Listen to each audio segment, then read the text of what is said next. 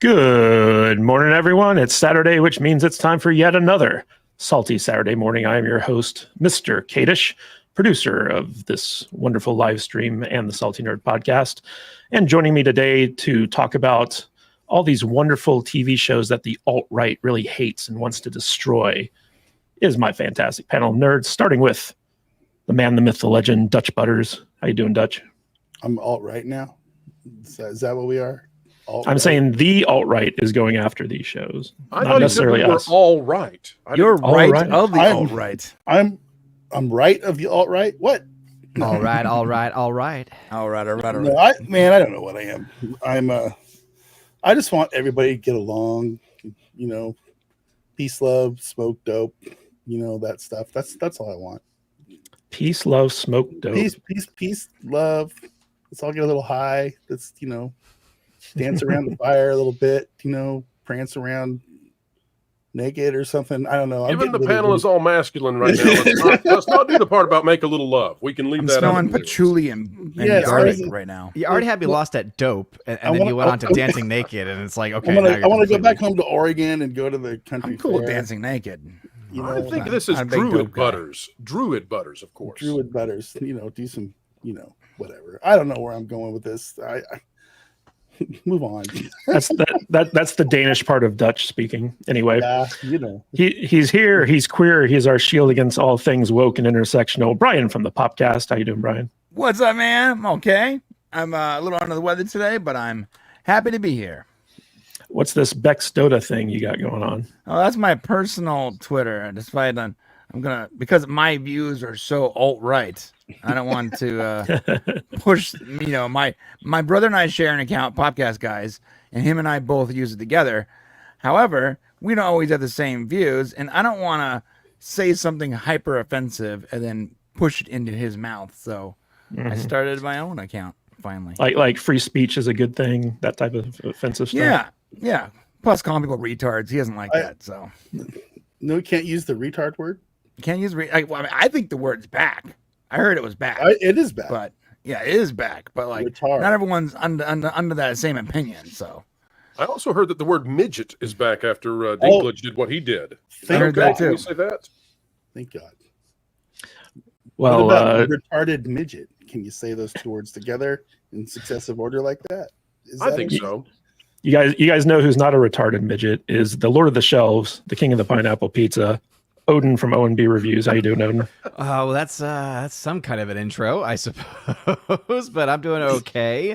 Glad for an extended weekend and ready to talk about. Actually, no, I'm not ready to talk about. I'm so sick of Rings of Power already. But here we are. R.I.P. Jeff. The power. Yes, Jeff. R.I.P. Jeff. And slumming it as he usually does is WDW Pro, joining us once again on the Salty Nerd Podcast, Salty Saturdays. How you doing, Dubs? Happy to be back and streaming on a Saturday from somewhere sunny USA. It's always better than Middle Earth and wherever the Acolyte might exist. I heard it's Brindock, but it hurts me just to even say the name. Well, Pro, I got to give you props because you're closing in on 100,000 subs over on your channel. You do great work over there covering all the crap that Disney's doing. What's happening in the world of Disney, and why should Brian sell all of his stock? Well, the only thing that's looking up right now for Disney is Marvel, where they seem to be making some sort of soft reset pivot. And I tend to think that's because that they are facing a real problem with DC. Superman Legacy, of course, is where that's all the contingencies lie. But outside of that, Disney really struggling, and especially at the Disney parks, where stagnation has come out of all of their imagination at the Imagineering WDI department. They have gone fully woke, gone fully into DEI, and they've stopped hiring based on meritocracy. And now the biggest part of Disney, because essentially Disney is a theme park company that has now come crashing down. They are unable to build attractions that even function, let alone that are good iterations that bring people joy. So really, really big troubles over in Disneyland, Disney World. And of course, they had a win with Inside Out 2. We'll see if they can continue that with animation. It turns out that if they'll just put out something that's above mediocre and stays away from divisiveness, people will go see their movies. I just don't know that they can do that. We shall see. So you're saying there's a chance? I'm saying there's a chance. I'll tell you the other thing that's interesting. This is a story that we put out this morning, and this is one of those we're going to have to sort of pioneer our way into the forest with this one. Sonic the Hedgehog 3. I cannot believe, guys, that I'm saying this, because even 2 weeks ago, I would have never believed this. I would have thought, well, I'm living in a bubble to even imagine it. Sonic the Hedgehog 3 is outperforming Mufasa in just about every metric there is, and not all out. The idea that Sonic 3 might outplay The Lion King would be a shocker, but that's what we're tracking right now. Don't know if it'll come to fruition. Yeah, haven't all the Sonic movies done well? I mean, the thing is, is that The Lion King is too old for today's kids. Sonic is very relevant to today's youth. So of course it's going to outperform something that most kids don't even know exists. The whole Jungle Book Let me thing. give you the number that just absolutely rocked me, because I could not believe it. On the day that the Mufasa trailer came out, the legit one, we have the number of Google searches using Google Trends. On the day that the Sonic 3 trailer came out, we have the Google search data in terms of numbers of searches for that film. Trailer day versus trailer day, Sonic 3 had 8 times more internet buzz. 8 times than Mufasa. That is incredible to me. Just that could be a complete sea change. And I'll tell you this, the other weird thing about all of this is that that Nintendo, that they had a plan to release this NCU, but the Japan side of things, Nintendo is moving so slowly with their Hollywood partners that the NCU is just kind of trickling out towards being something. Meanwhile, Sega has pumped out 3 Sonics in 6 years, and they're getting better every time. Yeah, So they are. something in the water over there with Sega. Something good. Better than Ubi Stink, that's for sure. Ubi Stank this past week. Ubi Stank. It's a terrible band name too. Anyway, guys, I want to call up our top contributors to the show and give them a big shout out. First of all, Brian G, who still holds the #1 spot for a $500 super chat. He's also our top contributor for the year. Big shout out to Brian G. Not to be ignored is Scotty Dub, who's coming up in second place, is at a close $400 super chat. And of course, William Forbus for $120. And William Forbus was on stream last Saturday, so hopefully he'll show up again today. And our most consistent contributor, Mexican Iron Man, who's always comes on and likes to, drop some money on us. We appreciate that. And of course, our top gifters, Jillian N., Bob Dorsey, Sam Schwager, Major Chai Chai, and Eric Winberg. These are the guys who are so generous that they just constantly drop, gifted memberships in the chat for everyone to check out. So big props to those guys. Really appreciate your generosity. Our goal for today is 10 new gifted memberships, or 10 new memberships, period, whatever you guys want to do. And also, we have a link in the chat currently, but go check out thatparkplace.com. Give Pro some love and support over there with his website. They do breaking news stories about Disney and entertainment and all that good stuff. He's doing the Lord's work, you could even say. Try. And Yes. Kudos to John Trent, our editor-in-chief, for the phenomenal job he has done, breaking records every single month with readership, and more than 500,000 readers in the month of July. We'll see how August tallies up.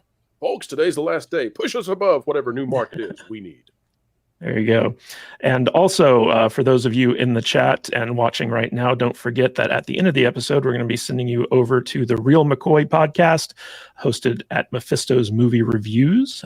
They go live right after we end, and they have some really good talks about movies over there. So stay tuned for that, because if YouTube's technology works like it's supposed to, you will be auto-redirected over there, hopefully.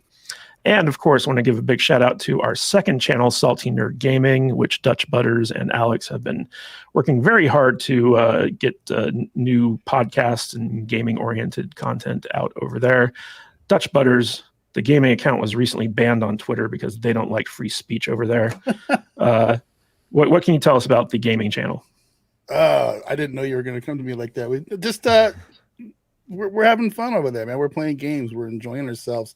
We're just, we're being old dudes who play games, and we're having a lot of fun doing it. We're getting ready to go to Space Marines 2 here next week. It's coming out here very soon. We've been playing a lot of Helldivers. And that's been our focus here recently. That game's in a really weird spot right now. It's lost a lot of players, but if you can play it, it's a fun game. It's a solid game to play. It's scratching an itch as far as being able to play with your friends and stuff online, and it's just a lot of fun, and we're sharing that with the people who find us, and it's taking off. It's doing really good. The podcast that we do, the Salt Divers podcast, is doing really, really good numbers for the small channel that we are, and we're getting ready to launch Weekend Respawn next week, which is going to be a show focused on weekend gamers like us, dads and grandpas who like to play games with their kids and their grandkids and stuff, and it's going to be a lot of fun. So. You're gonna have to check out Deadlock when it comes out next year. That's gonna be the next big game. Mark my words. The next big game is gonna be Deadlock by Valve. It's gonna be Valve's Mona Lisa. And I'm gonna I actually have been wanting to talk to you, Brian, about some stuff I want to do over there. So we'll get together soon. Rock and roll. I'm down to Respawn. Your recent 48-hour marathon live stream of Dustborn was something to behold, sir. I don't know how you did it. Yeah, that would be interesting, right? Yeah. So. All right, guys, you know what else is interesting? Our super chats and members chats, especially from Mexican Iron Man, who's been a member for 18 months. Hey, it's the Saturday Racist podcast live stream. Question: now that you istophobes canceled Acolyte, are you meanie faces going to cancel Rings now? LOL. If only we had that power. Hey, I am the power, neither a phobe or a ist. The power of many. the power of many, Odin. If you only knew the power of one, the power of two, the power of many. I thought we were done with that. That's never going to get old, Odin. You said that you were never going to play it again after that one time. Yeah. We all agreed the thread is dead. Yes. And GJJ, a member for 13 months, he says, hello, everybody. Hello, GJJ. Good to see you. Howdy. And Eric Winberg has gifted one Salty Nerd podcast membership like he does every show. We appreciate that, Eric. Thank you so much. Hopefully someone gets some mileage out of that. Be sure to go to our channel, Salty Nerd Podcast, and check out the members-only playlist that has all of our members' content over there on it. And we got some Salty Nerd Gaming people in the chat. Old Man Rising for $2. Salty Nerd Gaming is on fire. Yes, indeed. And we got Rinsler for $5. Hell yeah, Salty Nerd Gaming. Indeed. Rinsler and Old Man Rising, we play with both those guys. They're really fun guys. Good stuff. And then we got Gary Banjo Sandwich Worthington, member for 6 months. This community of nerds makes Saturdays here essential viewing. Well, we appreciate that. Thanks, Gary. And of course, some obscure guy named WDW Pro for $9.99. Join me in sharing the love with Matt, Dutch, Brian, and Odin. Yes. Thank you, sir. Thank you, Dubs. Appreciate that. You're so wealthy with all of your members chats over on your own channel. It's good to share the wealth a little bit. Who was that masked man posting in the chat? I don't know that fella. Exactly. And for those of you out there who are Midnight's Edge fans, know that when I told Tom Connors Jr. that we were going to be having to watch the first episode of Rings of Power Season 2 to talk about it on today's live stream, he flat out said, I am not showing up. So we can expect Tom Connors not to be here today. But before we get into the Rings of Power stuff, let's talk a little bit about the Acolyte and the controversy surrounding its apparent cancellation. Because we all know that we all love the Acolyte here on this show. It's been keeping us gainfully employed for the past couple months. But we got a great article from thatparkplace.com, an excellent source for movie news, where they cover the lead actress's Amandla Stenberg's Instagram post that basically acknowledges that it was the bigots over on the alt-right who are responsible for the cancellation of the Acolyte. By the way, everyone, links to all the articles that we talk about in the description of this video. So if you guys want to check out these articles on your own, feel free to do so. But I want to throw this to the man himself, Mr. Dubs Pro. Oh, that was going to Odin. I'm sorry. Apologies. Since it is his website, and you guys have been covering the Acolyte and all that good stuff. What do you think what is your take on Amanda's take that basically the reason the Acolyte was canceled is because of hyper-conservative bigotry and vitriol from the alt-right? Amanda is the embodiment of infantile narcissism gone fully malignant. She has zero perspective whatsoever. I doubt that a publicist encouraged her to release the video that she did. Doing your hair while you sit in a room that is clearly voluminous with multiple ceiling fans and domed ceilings with what appears to be mahogany wood furniture all around you. Not the best look if you want to play the victim. You need to do that in front of just a window. Now, of course, Amanda probably only has stained glass windows with gold framing all around them, but she still could have pulled the blinds down and pulled it off. But Amanda needs publicity. The "don't blank around with our" discourse did not work, of course, and they knew that that was not going to work. What Amanda has failed to realize up until now, and I don't think she's going to realize it because it would destroy her cognitive dissonance. Amanda has yet to realize that the former personal assistant to Harvey Weinstein, Leslie Headland, who has taken on the Skittle branding that defends her from accusations about Harvey, she is using young Amanda as a shield. And Amanda is taking all the fire while Leslie goes on to do other things. Meanwhile, Amanda's star power has been diminished by this. And Amanda Stenberg has yet to realize she has been played by Leslie, who learned how to play people as she watched her master, the master of the Sith in the real world, Harvey, treat people like garbage. Thus is the cycle continuing with Leslie right towards Amanda not yet figuring it out.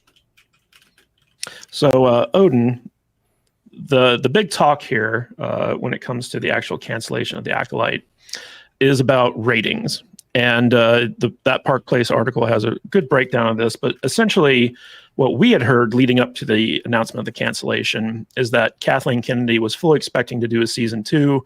They were getting ready to staff a writer's room and all this other stuff. But then the actual ratings for the show came out. And while there was a much hubbub about the first 2 episodes like being like the biggest premiere on Disney Plus for the year and all that stuff, when they start breaking down the actual finale ratings, there's some interesting things to contrast here. So, for instance, Andor basically had 41% more viewers than the Acolyte's finale. Or I should say 50% more viewers. It was the Ahsoka's finale, which was 41% more. And then we also have Obi-Wan Kenobi's finale, which was 60% more. And the Book of Boba Fett was like 62% more. And so like there's pretty much the consensus is that the Acolyte's finale had the lowest ratings of any Star Wars TV show on Disney Plus. And that's the reason why it was canceled. So what's your take on reading these ratings for the Acolyte? I mean, yeah, the name of the game when it comes to television is you want to build your audience, especially if you're a new player on the block, right? It's all about, do you have an audience in the first place? And then if you do, can you actually expand upon that audience or not?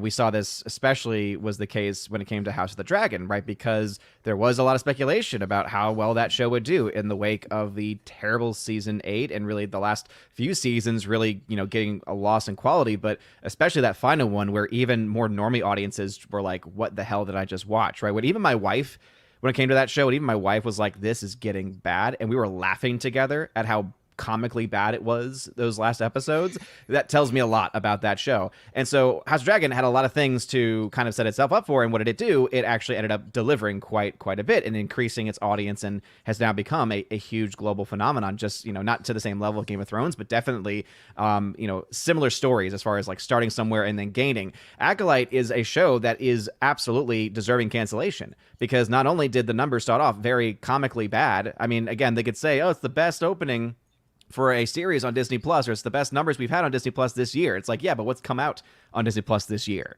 right? And when you especially put this up against other content on there that's been out for a lot longer, or the content that they're licensing, for instance, Bluey being a great example of that, it's just nothing. There's no actual good comparison between those two things. So you have a show that started off low, lost its audience, quite a bit of its audience, in fact, including even critics. I talked about how, as garbage as Rotten Tomatoes is, it is a very interesting metric because you track, okay, how many critics watch the first episode versus how many watch the last episode. And what you interestingly see is that there's no consistency across the entirety of the first season. So even the critics were just, again, barely holding it together, barely holding it up, but no one even watched it amongst critics either.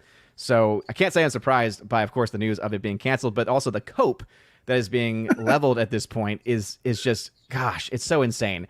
Because to try to argue that the alt-right, first off, calling anyone that is hating the show alt-right is comical, right? I'm sorry. It would be hard for anyone to convince me that people like Jeremy Jahns is alt-right. No one perceives him to be that. No one perceives him even to necessarily even be conservative because he's just this regular everyday guy who does not bring any politics into his discussions, which is why everybody loves him on all sides of the political aisle. And yet even he was like, this is garbage. This is awful. This is terrible. He was the only person that from the beginning of the show was calling it like it was and saying this show sucks.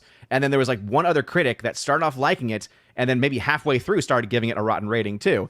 And so it's like, okay, the guy that gave it those initial positive ratings, is he now alt-right? I believe he was also a black man as well. So, Odin, don't forget that the show also lost Grace Randolph midway through. Yes. So she's now alt-right. She's alt-right now, apparently, too, right? Lord.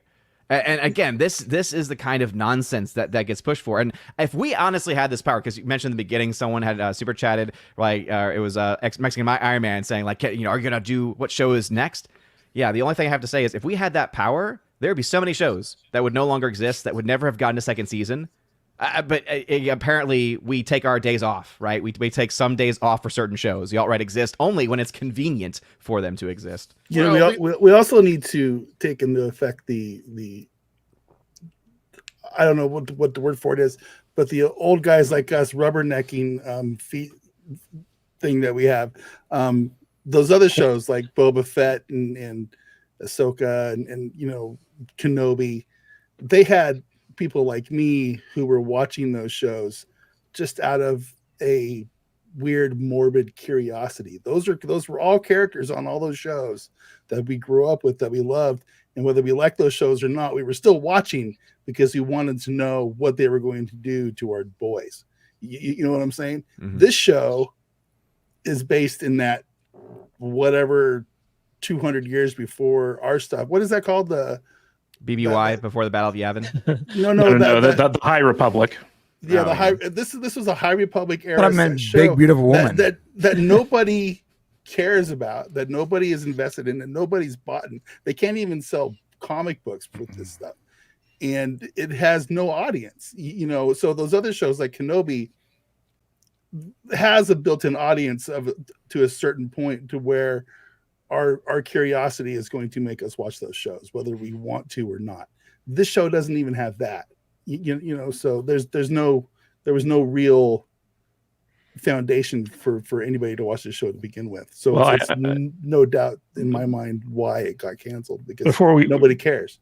Before we move on to Dutch and Brian's take on this, I wanted to get Pros and Odin's take on something, which is basically like, if Amanda Stenberg is blaming conservatives and alt-right bigots and vitriol for the cancellation of this, and it's Disney who decided that low ratings warranted the cancellation, does that mean Disney is alt-right bigots and racists?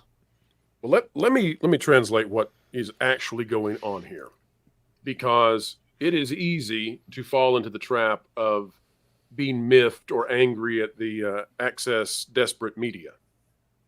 What's actually happening here is that the people who supported the Acolyte, the people who made the Acolyte, the people who defended the Acolyte are, how should we put this? I think it's French. Losers. That's what they are. Nobody watched this show, and this whiny, it's rat, they're taking all our stuff away. Listen, if 1% of the American population, not even the world, just 1% of Americans decided to tune into the Acolyte this week, Disney would pull a Family Guy and bring it back for season 2.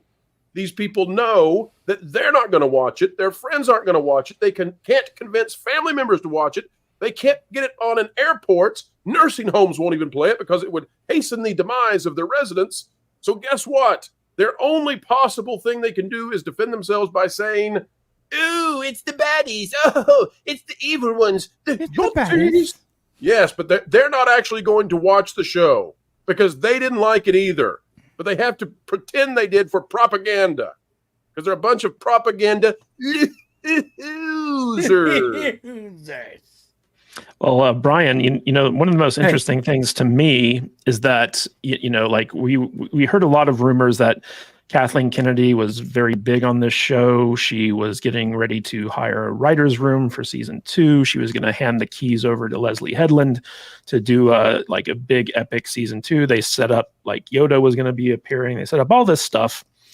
And then they canceled it, which tells me that basically someone above Kathleen Kennedy came in and said, no, you're not doing this. So what does that tell you? What's your take on that? Someone saw the balance sheet, you know, what it cost to make, how many subscribers they got, how many views they got. You know, sometime in the future, and I'm not sure how far away it's going to be, but if this streaming experiment continues, then in the next, you know, let's say within 20 years, there's going to be some kind of agreement to share data on views and on subscribers, like actual numbers. I know there's no reason to do that right now, but there's going to be a point where there is a reason, and I can't tell you when or how, but it's going to happen. Advertisers. And, advertisers probably, yeah. And those numbers are going to come out, and it's going to show how bad these poor decision TV shows and movies performed. The thing is, you can only make bad decisions for so long and hide your failure and keep your stockbrokers happy. After a while, you run out of money. And when you run out of money and you got to rely on advertisers, and advertisers rely on how popular something is, then you're gonna have to go back to making things that are popular, that people like, that people will tune into, so you can sell ads or get subscribers or whatever it is. There's gonna be a point in the future that happens, and someone behind the scenes that has access to that information saw how much it costs, saw how much they made, and said, fuck no, there's no way you're doing a season 2. You're out of your mind. Because if it's so upside down, you're not going to make your money back on a season 2. The easiest thing to do would just be to wipe it. I honestly wouldn't be surprised if before the next quarter, I forgot when that is, there's some kind of tax write-off and they willow this thing to death. I believe the next quarter is October. So yeah, we can see it in October. By the way, I've got a theory why Disney was so quick to pull this thing. I think that they looked at it and said, this is Last Jedi 2.0, and we've lost the ability to control the narrative. And oh, by the way, we've had 10 years of suck out of The Last Jedi, so maybe we don't do that again. But I think it was that bad. I think the response was so negative that they said, we really don't want this franchise to wither again for another decade. Pro, let me ask you this. You know, as an alternative theory to what you just postulated there, this Star Wars TV show is the most expensive one that they had done. And right now, Disney on all fronts, because normally the parks revenue would kind of bolster up losses in other, you know, divisions of Disney. But since parks is kind of like in crisis right now and doesn't seem to be doing well, it seems like Disney is more hypersensitive to the expenses and other things such as, you know, movies and TV and Disney Plus. So do you think that the failure on the park side of things had more to do with Disney canceling this show than anything else? Well, that is a very astute point. The parks have been used essentially to subsidize so much of the suck that Disney had, especially at the box office, where the box office losses were offset by the theme parks doing bonanza. But things have changed at the parks, and this is something we predicted. We said that Disney was sacrificing the long term for the short term by extraditing every dollar they could from people's wallets in new and novel ways that people were not enjoying. And so they went back and told their families, don't go to that Disneyland place anymore because the sticker at the end is way higher than the price tag in the beginning. In terms of the Acolyte and the price, it's crazy expensive. Shows tend to be cheaper per minute to be made in the second season, though, because many of those assets already exist. So that would have been somewhat decreasing in the risk that it would have taken in making a second season of The Acolyte. On the other hand, Disney is desperate to prove that they are profiting in streaming. And if you look back over the past 2 or 3 years, during the Bob Chapek years, Disney guided towards profit by the end of 2024, which they have achieved, but they did not achieve using the original methodology. And so that's a really important point, because the people who pay closest attention to the Disney stock, and that's what matters to Iger, they know that. Now, the average person, the average Joe investor who's just reading Motley Fool or whatever every day, he doesn't know that. He just reads the headlines. Hear that, Brian? The way that Disney got around this, Disney Plus is not profitable. Triggered. And it's not going to be profitable for a very long time, probably. But what Disney did was they bought Hulu, and they're going to end up paying something like $13 billion for a third of it. Overall, the total thing is going to be somewhere around $38 billion. But so Disney is spending that huge amount of money to get all of Hulu. Then what Disney does is they take the Hulu advertising revenues and the subscription revenues, which are really good on Hulu, and they combine that in with Disney Plus, and then that makes the whole streaming package look like it's profitable.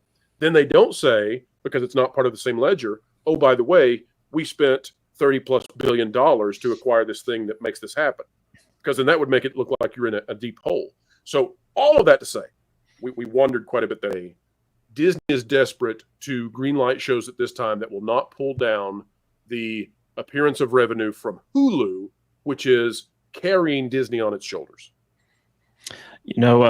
Dutch. So one of the confirmed rumors now is that Keanu Reeves was being heavily courted to play the role of Master Saul in The Acolyte. They went after him hard, and due to scheduling conflicts, luckily, Keanu Reeves was not able to take part in this crap fest of a show. But Star Wars still desperately wants Keanu to be involved with them in some way, shape, or form. Do you think that if Keanu Reeves gets involved in some type of Star Wars show, that might bring in more normies who haven't checked out on Star Wars yet? It'll bring in a few normies, sure, but in the end, it'll just end up being another bad Star Wars product.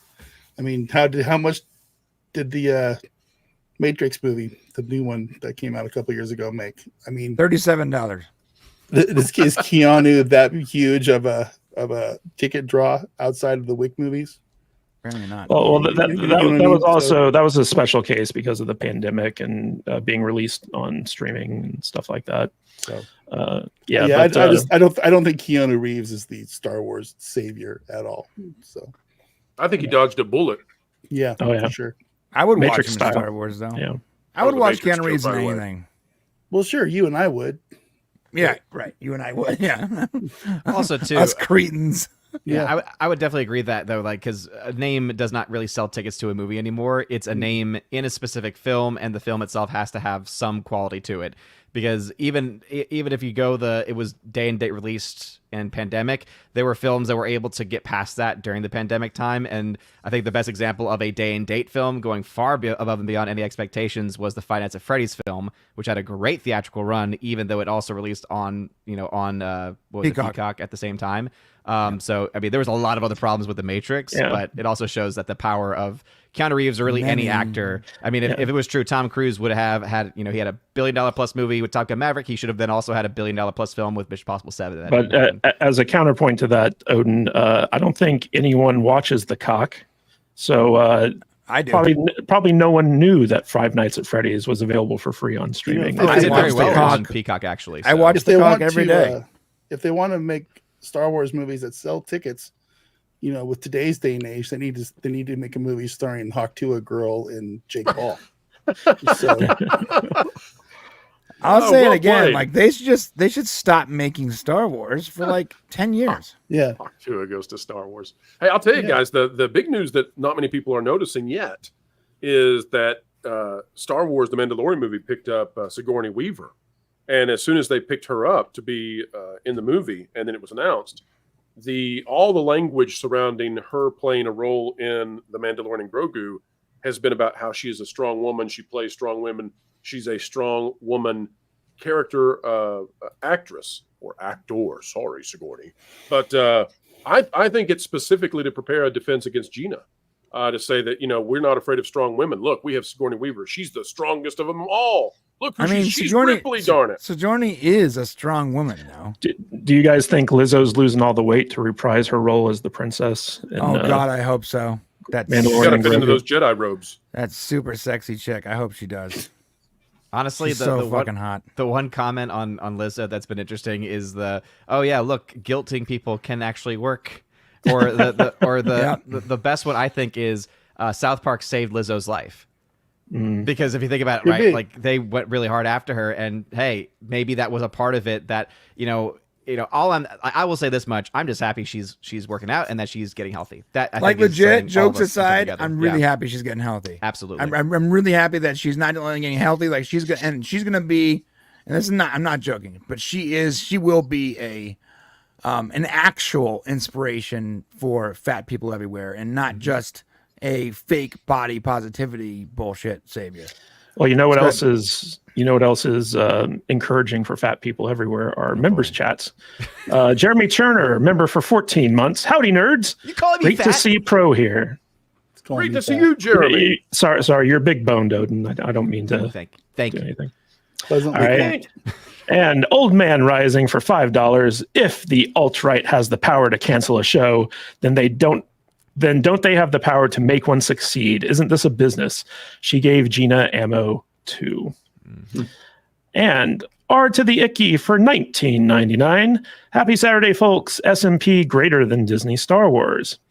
Also, everyone in the chat, please send some positive vibes R2's way because he's going through some health issues right now. We wish him the best. He's a great guy. And R2, I hope that you get healthy soon. So good stuff there from old friend of the show. Keep beeping, bopping, and booping. Yep. And Foxhound for £199. Deadpool saying flop after flop was telling. I love the meta commentary in Deadpool. Yeah. That was probably one of the most entertaining parts of that movie. You guys know what else was entertaining is House of the Dragon. And apparently there's a lot of behind the scenes troubles going on over there that not a lot of people know about. George R.R. Martin basically came out on his blog and said, guess what? I'm going to spill some tea really soon. But I'm so depressed over the rise of fascism and wars everywhere that I'm going to vote for Kamala instead of writing like he normally would. I don't get Retard George alert. Martin. Does he write anymore? I thought I didn't know he did that any longer. I don't know. He said he was away from his computer for like 8 months or something like that. So probably not. But he basically said on his Not a Blog, I have had a pretty wretched year as well. One full of stress, anger, conflict, and defeat. And there's been a lot of rumors going around about some strife and turmoil amongst the House of the Dragon production. Basically, what we have been hearing, and Pro, you probably have better sources than we do, is that originally it was set to be a 10-episode season. And because of budgetary constraints and HBO wasn't going to give them any more money, they had to cut 2 episodes worth of stuff for the big, dragon versus dragon fight at Rook's Rest in episode 4. And that caused them to have to take a lot of shortcuts and truncate the story and a bunch of other things that George wasn't happy about. And George was basically fighting for a lot of creative decisions, which apparently did not happen in the actual show. So he's very bitter about how House of the Dragon is turning out. In fact, his biggest criticism that he was willing to share publicly was that they screwed up the Targaryen sigil, the dragon on the sigil. He said that the legs were all wrong, and that just shows you how focused he is on these minute little details that go into his world building. So I want to throw this to the panel. Odin, do you know anything about how there's this turmoil shaping up behind the scenes on House of the Dragon?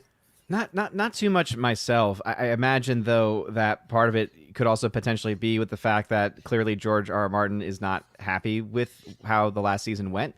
And so I think that might also be causing some of those issues, right? Because he, last I checked, was a part of the production. He was at least connected with it. So you would think, okay, that's going to probably cause some issues there. And I can't really say I'm all that surprised, because even fans, right, who have been, pretty positive towards the show, in my own view, I've honestly been a bit mixed on it, because this is more of a criticism of George R.R. Martin's writing versus anything else, is just that focus on the sexual stuff. You all know, like, I just don't like that crap in things, but it's not really needed to be in there. But I think he likes penises. A lot of penises on screen. Have you noticed that? There's always penises on screens. It's a thing. Yes, I think he might be trying to say something there. Maybe he's trying to imply something as about Butters himself. from South Park said, there's a lot of wieners in that show. A lot of wieners. Yeah. A lot of wieners. A lot of wieners in that show. What's up with all the wieners? Even people towards the end, though, right, with that last episode where it just felt like this huge dud of an ending, where you're like, really? Okay, we were building up all season for this. Oh, it's like, oh, wait, we've been building this up. Oh, wait until next season for more. It's like, oh my gosh, really? And so it's not a good thing to do, right? Because you already had the first season bring people back from the abyss, right, of this entire franchise and all the connected worlds. And now you've kind of probably left some people maybe a little bit more on the defensive, saying, oh, I don't like where that's going. I'm starting to get a little bit of a reminder of how Game of Thrones ended. And it's like, I really don't want that. So it's going to be interesting to see how this impacts their numbers at the beginning of next season. Mr. Butters, one of the criticisms you had when we were covering the second season of House of the Dragon on the Salty Nerd podcast was that it was very slow and boring, and you didn't know why it was even a show at certain points. Do you think that might have been one of George's criticisms of the show? Is like, hey, it's too boring? I mean, I don't know. I don't live inside George R.R. Martin's head. Apparently they were doing some stuff that he didn't like, and he wrote the thing, right? So they got the legs wrong on the sigils and things. So he's very upset about, minute little details about things like that. So yeah, man, I don't know. Yeah, the whole season could be probably narrowed. They could take all 8 episodes and probably make a 90-minute movie out of it and call it good and say, wait for another 3 years and we'll get to the actual story of what's going on. So it just felt like a whole season of fluff and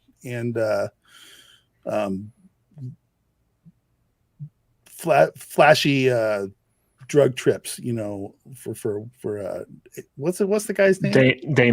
Damon. Yeah. Damon. I'm sorry, man. My brain is just not functioning this morning, and I'm getting all these words.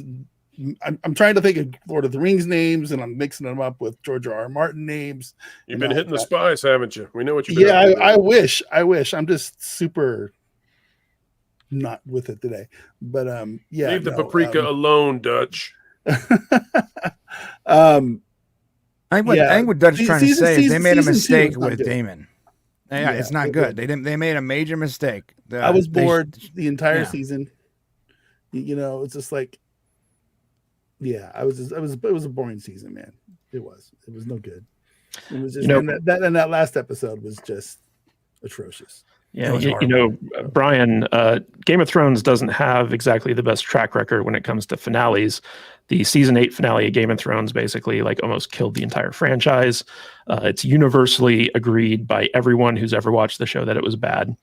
And a lot of people were hoping that season 2 of House of the Dragon would end on a high note, but they kind of, dropped the ball at the end there. And a lot of people are saying that it's because they didn't have the money to do the 2 extra episodes that they had originally planned. And so they had to kind of push stuff off into the next season and just use what they had left of their limited budget to set the stage for it.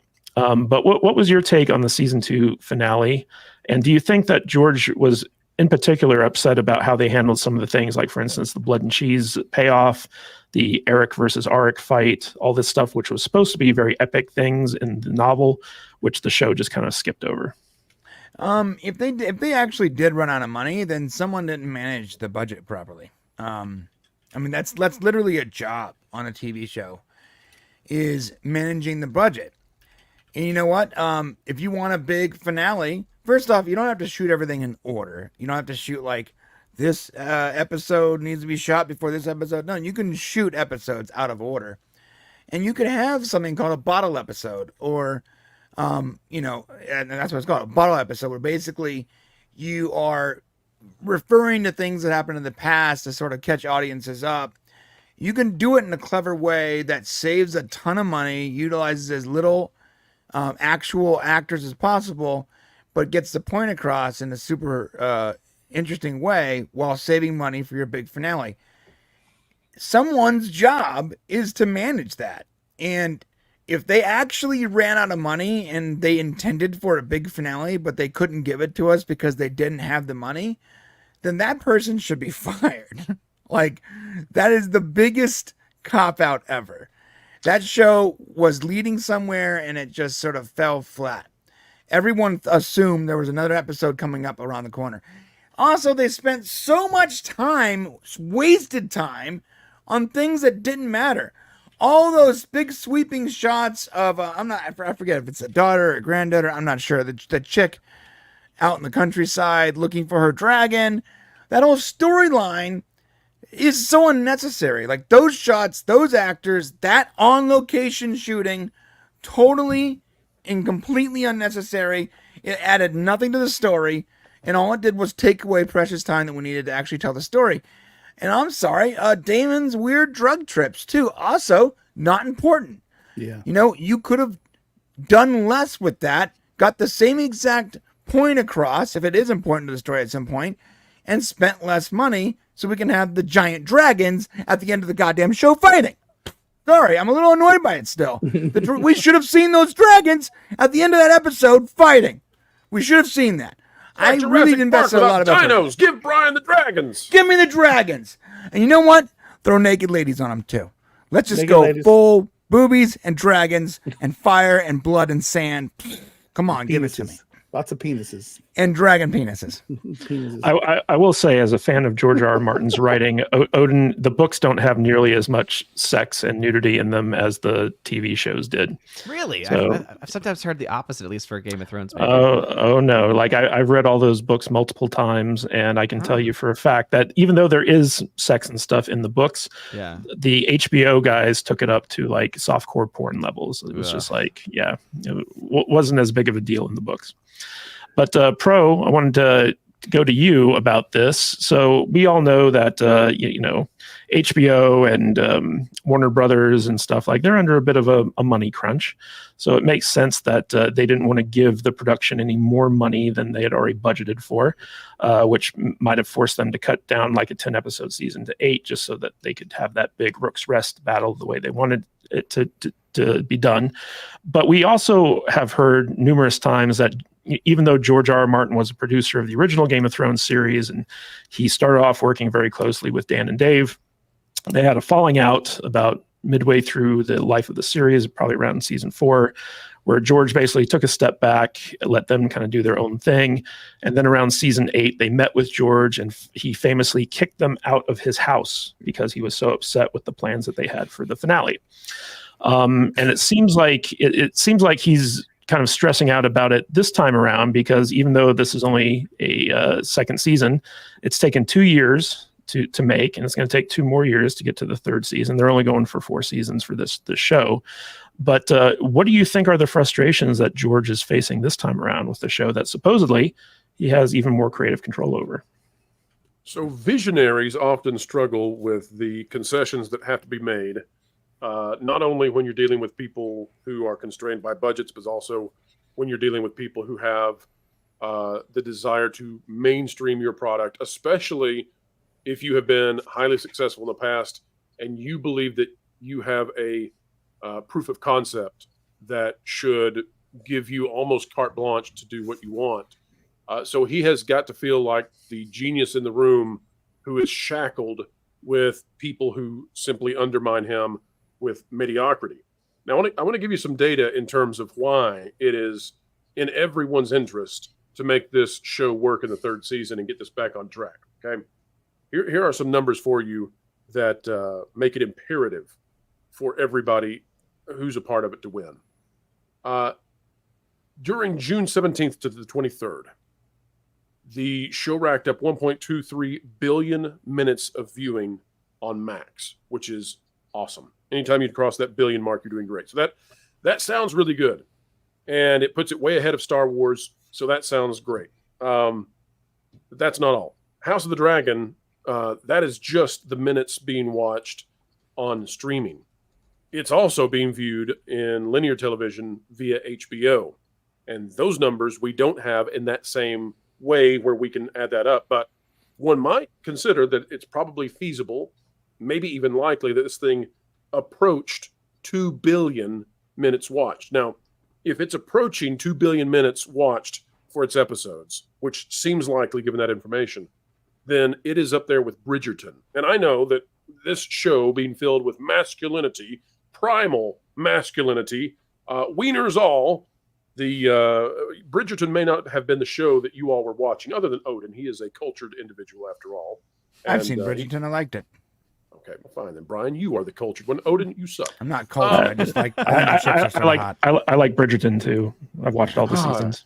I will be the uncultured swine on this panel. I did not watch Bridgerton. I'm a loser as we go back to that. I didn't watch either. I refuse. So Bridgerton is a phenomenon, and you can think of other shows that are huge phenomenons that cross that 2 billion mark. If House of the Dragon is getting to 2 billion, then it is insane for them not to give whatever is necessary to make the full episodic content wanted for a third season. And, by the way, to do whatever they can to get back into making quality content. Give them the dragons. Give me the dragons. 3. That's right. Give them the dragons. But this is a show that if they get things right in the third season, it's not fatally damaged yet. And I think there's plenty of interest. They can get this thing rocking up there at the 2.2, 2.4 billion minutes watched across the two platforms.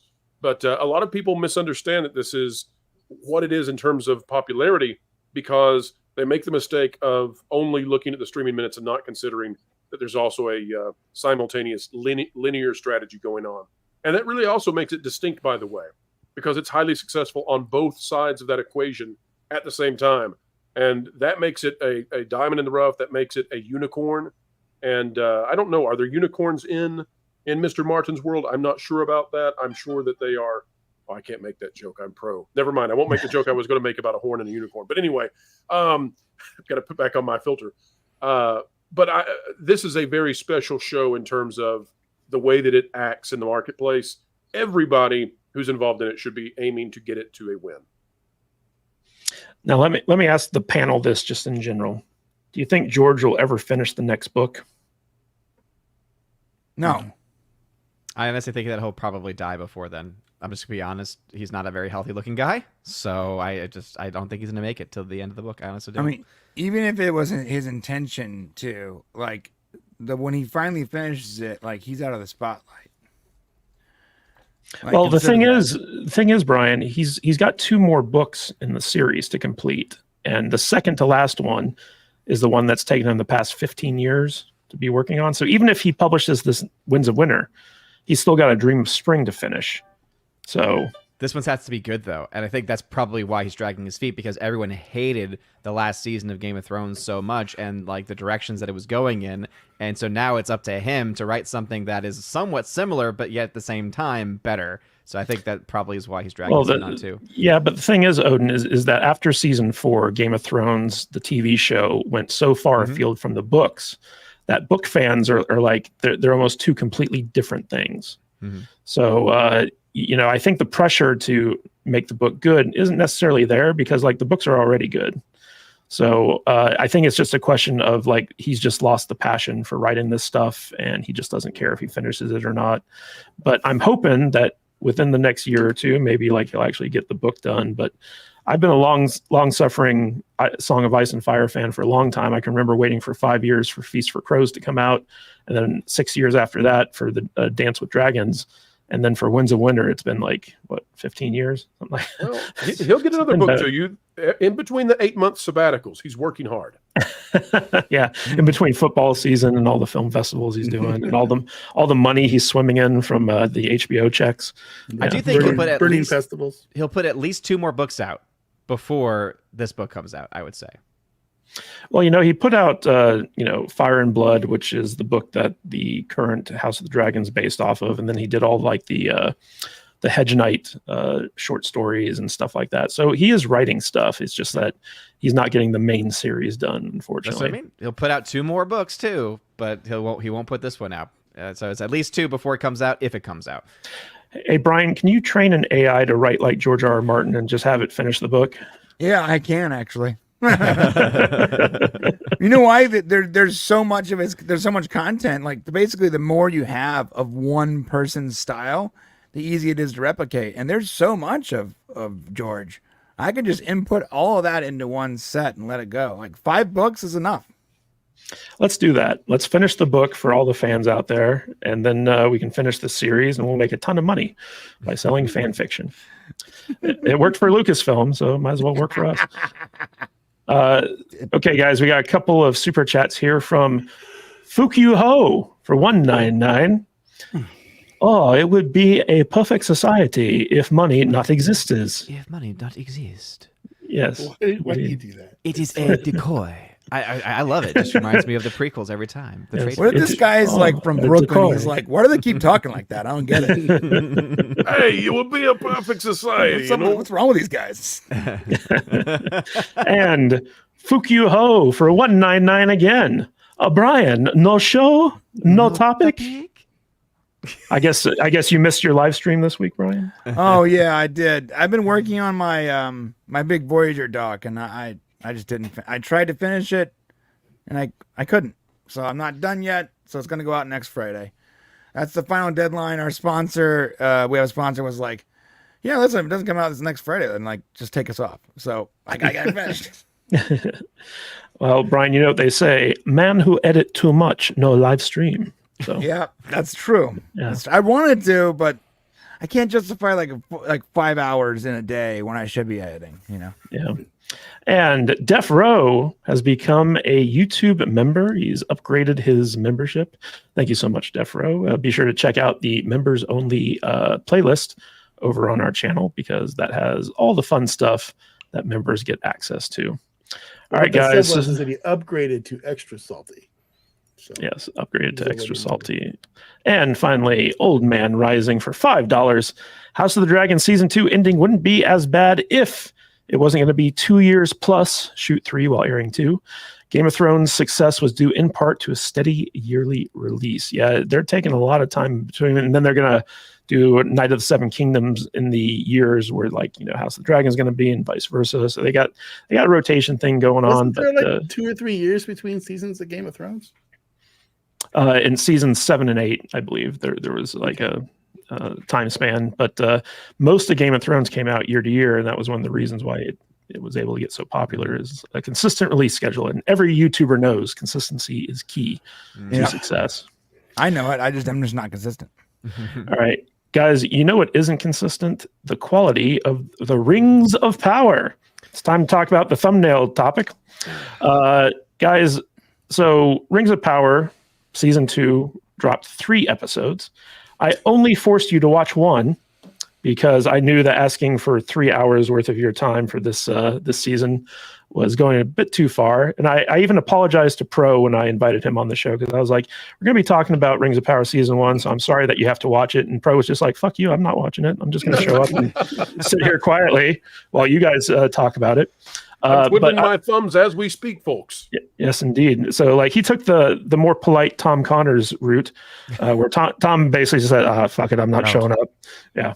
So, but Dutch Butters, you know, Season 1, we had our hero Jeff tragically die. That was the big shocking twist of the season.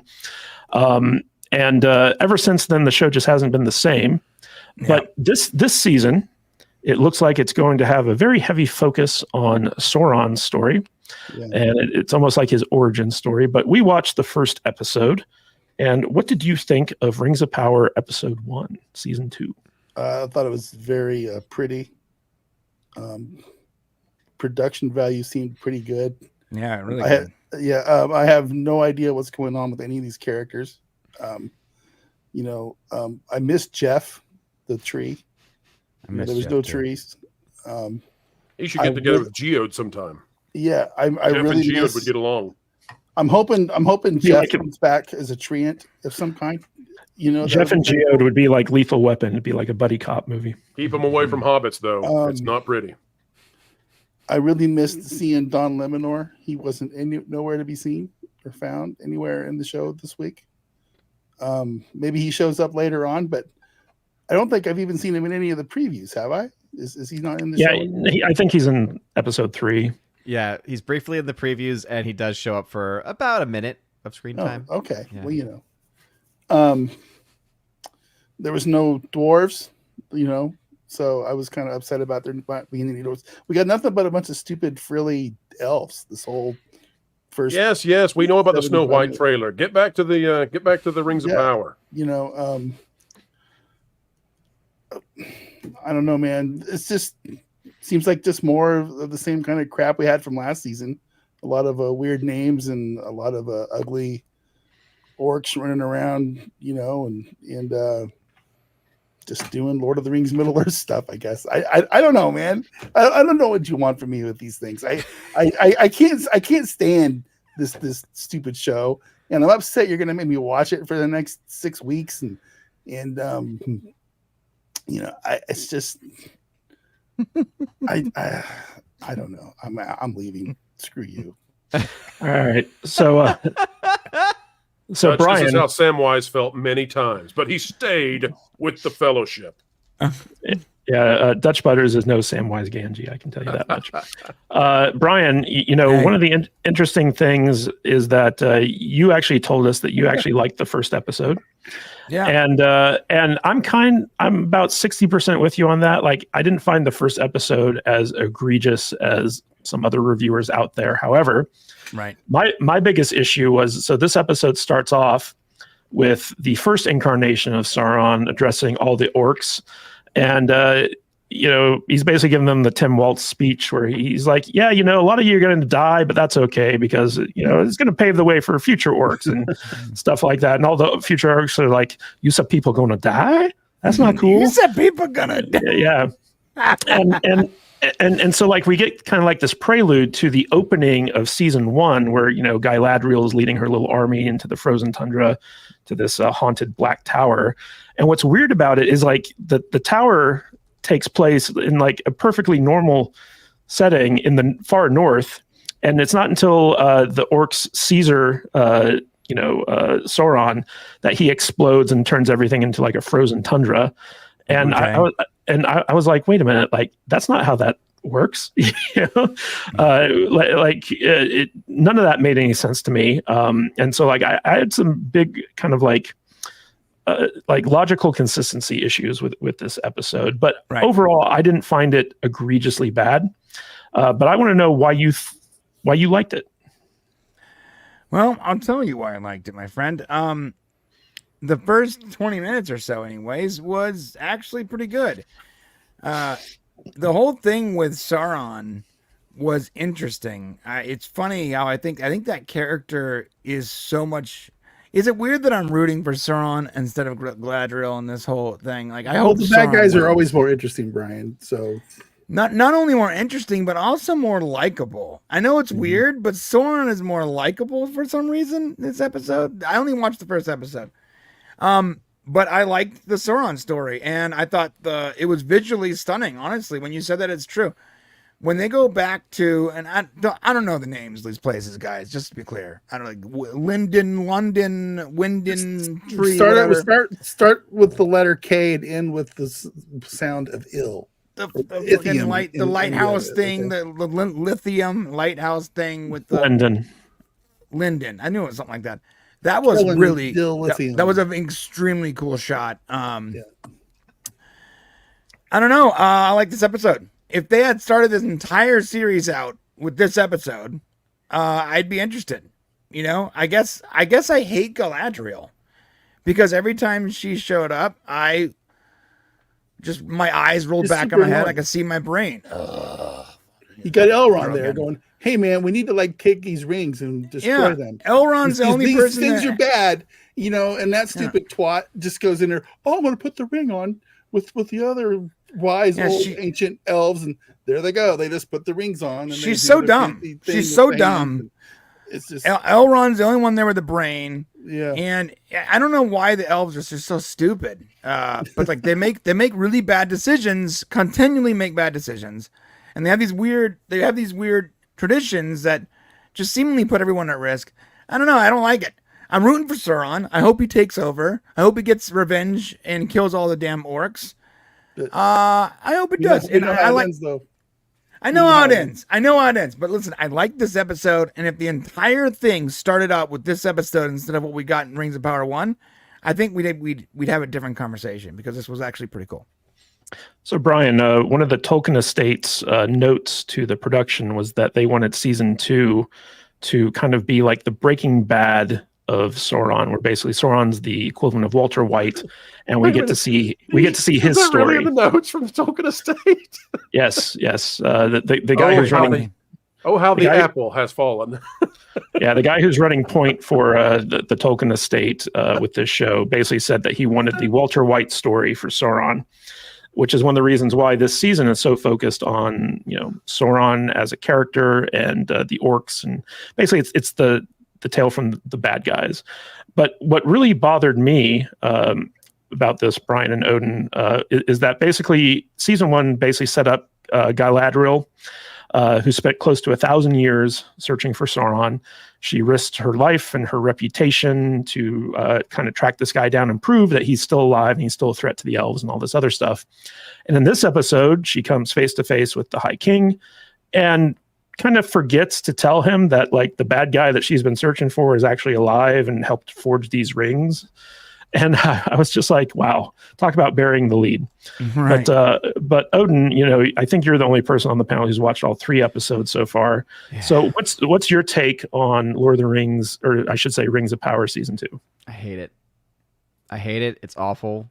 It's worse than season 1 in many, many ways. My biggest issue with this first episode is, since it obviously is now dealing with the actual Rings of Power themselves, right? Is you have, I think, a changing of the lore, where you, of course, we talked about this a bit on FNT last night, that when you think about the original creation of the Elven Rings, Sauron had no influence on those rings at all. And the way that this show has made it is that he clearly does have some influence on those rings. And what really bothers me about that is that they're trying to turn the Elven Rings essentially into just a slightly less powerful version of the Ultimate One Ring, right? Where it's like calling to them, it's drawing them in and everything. And so that's my first issue, is that they're definitely changing a lot of this lore with the actual rings. You add to that also the fact that there's never consequences for any of the characters, right? Yeah. You have literally Galadriel, who it's now been revealed to the highest levels of the Elven Kingdom that she basically, was harboring and brought in Sauron. That she made a huge mistake enough to bring Sauron into their ranks and to actually have an influence over them, including over these rings, including over Celebrimbor, like all of these things. And what happens? Nothing. She's totally fine. Totally fine. No consequences whatsoever. And in fact, she gets a ring. All right, she gets a ring out of it. And then Elrond takes the rings, right, which is what they believe is going to be the one thing that will actually restore their power and restore their influence. And he steals the rings, and then he comes back, and nope, no problem, not arrested, not held. He just gets to walk off towards the very end. So the show is already stupid. Just one episode in, not only 3 episodes in.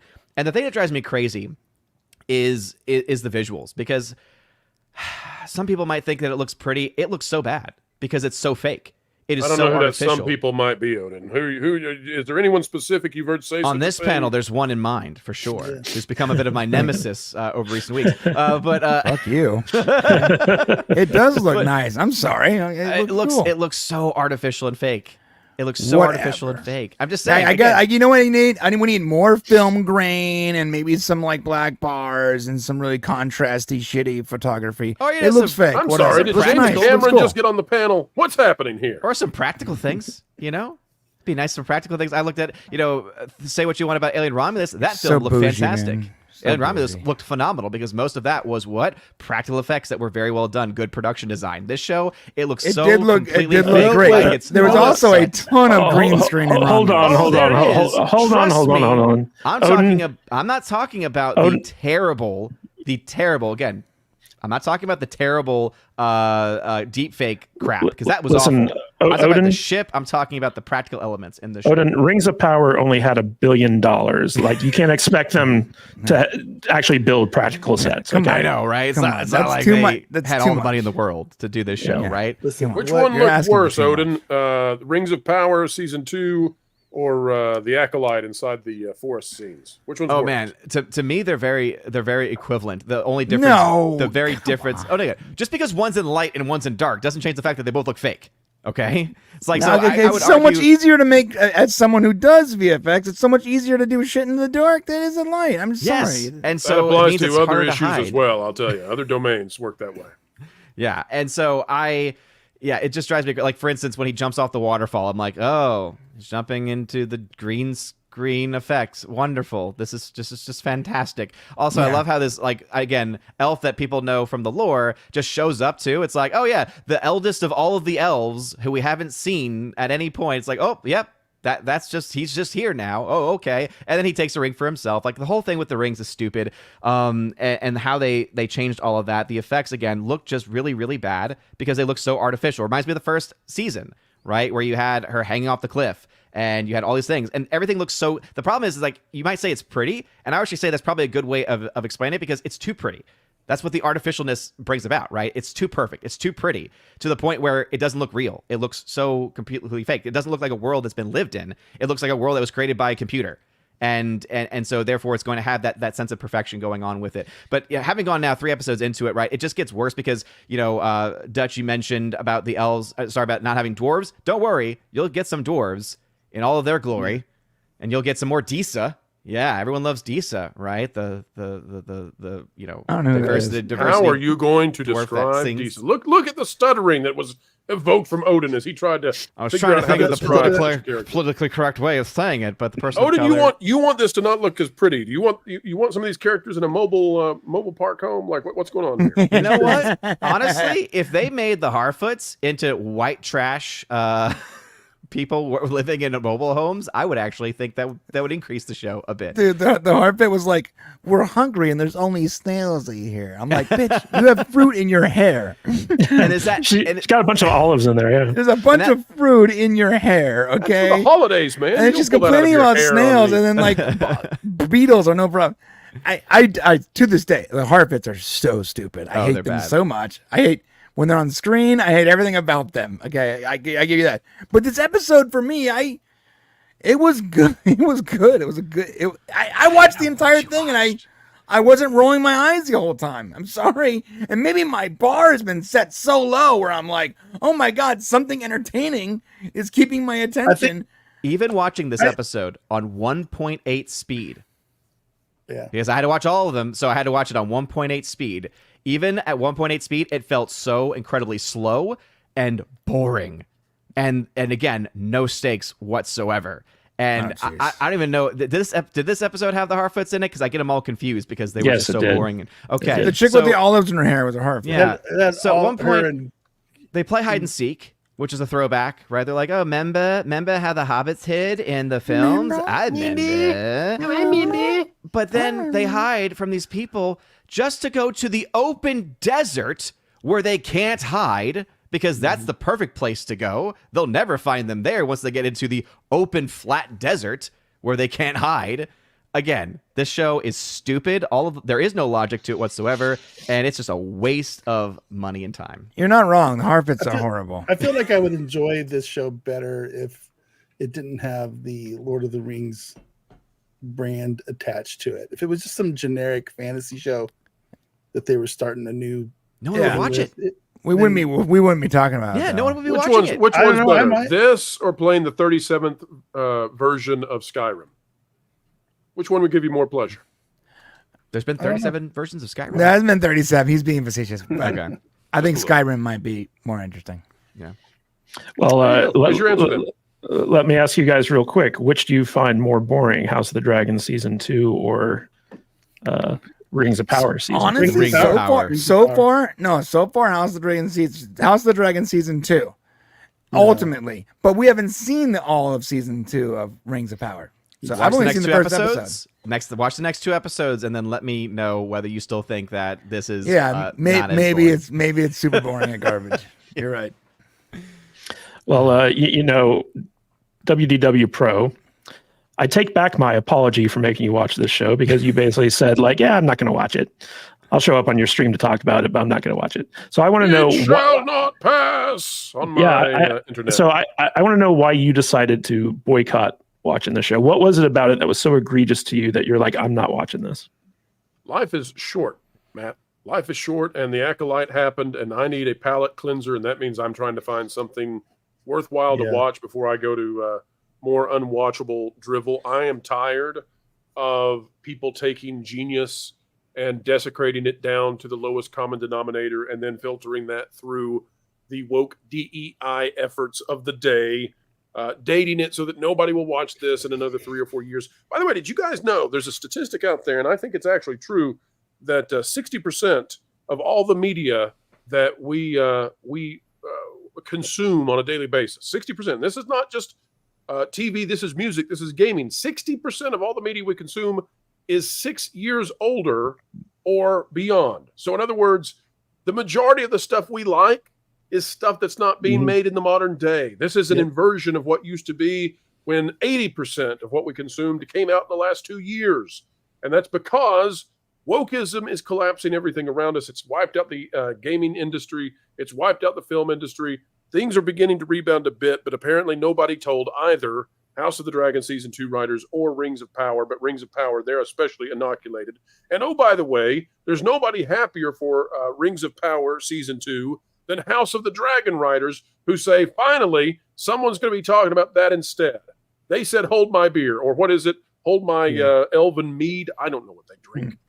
Yeah, I think you're right, though, because the other day I was watching Spin City with Michael J. Fox, and I'm like, wow, this is a really funny show. And I remember, and I go back to look at when it was made. I'm like, oh my God, this is so old. But I'm like, this show is so funny. It has like it has gay people, and it has some woke elements, but like the writing isn't woke. It is irreverent. It doesn't like hold any one thing above any other. I think that we've lost that art. Like you can show different facets of society without being woke by writing everything with irreverence. You don't have to hold this particular thing above this particular thing. Just tell a good story. And I think you're right, Pro, because most of what I consume that's not like for YouTube is, for my own entertainment value, is actually way older. Whether it be video games or TV or movies, I often go back to what I remember. And I'm like, oh, I haven't seen Stargate Atlantis in a long time. Let me go do a rewatch of that. I now do rewatches where I'm like, in October, I'm going to rewatch Agents of S.H.I.E.L.D. or whatever it is, And there isn't much to watch that's new anymore. And maybe it's because some of the stuff that I've seen recently, like the Netflix Obliterated, I think it's called, which I liked a lot. I just watched it 6 months ago. There's not enough time has passed yet for a rewatch. So there's some good stuff around, but there's not enough to keep me interested. I have to go back to the well. Yeah. And watch this, Brian, watch. Just to prove this is not nostalgia speaking. This is legitimately, we don't have great stuff anymore because everybody's terrified of making art because real art is poignant, and people are terrified that poignancy will result in you being banished. Think about this. There are still some good things out there. They're just few and far between. For example, Stranger Things, great show. Godzilla -1, fantastic. Arcane, love it. But those are so sporadically provided to us, and it's so rare. And we have to go through such a muck of awfulness over and over and over nowadays.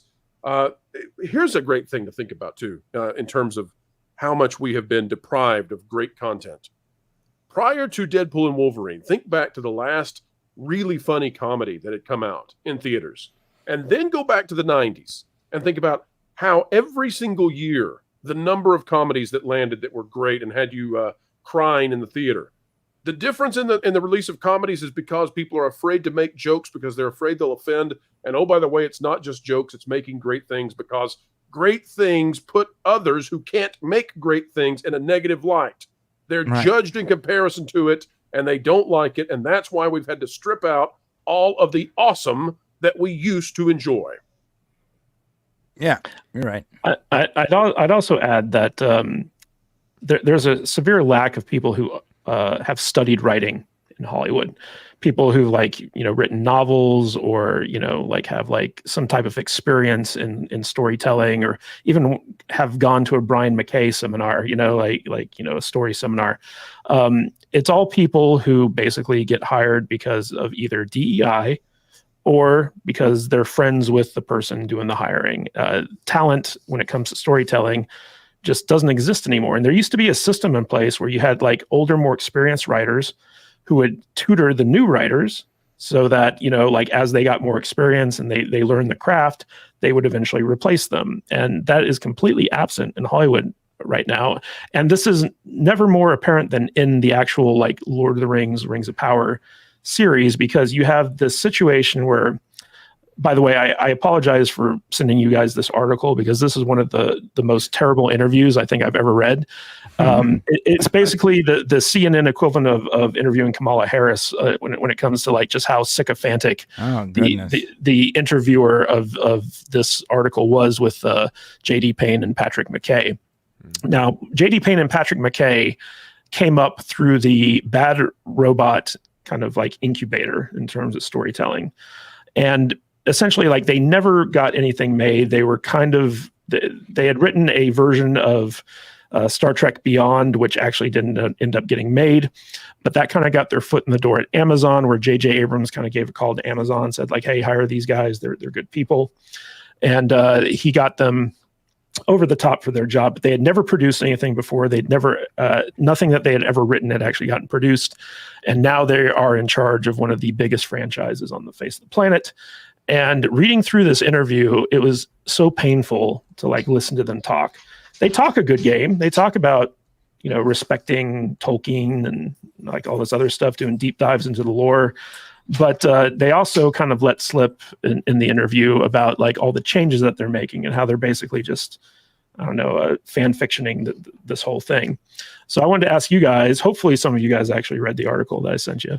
What was your take on J.D. Payne and Patrick McKay talking about season 2? I wasn't able to read it, but what I can say is whatever they had to say, they had to be full of it. Because the things that they do, right? Because I know that not everyone was able to watch episodes 2 and 3. But for instance, they try to make it where it's a surprise and a twist that Isildur is still alive. They try that as a plot point. And it actually introduces a character. We had Jeff last season. I think the best character this season is Eric, the horse. There's a whole sequence with a horse trying to find Isildur, and it's the most touching bit of television that I've ever seen in my life. The horse is absolutely the best actor in this show, because it's actually a real horse. Surprisingly, they used a real horse. A rock, and a tree. I was amazed by it.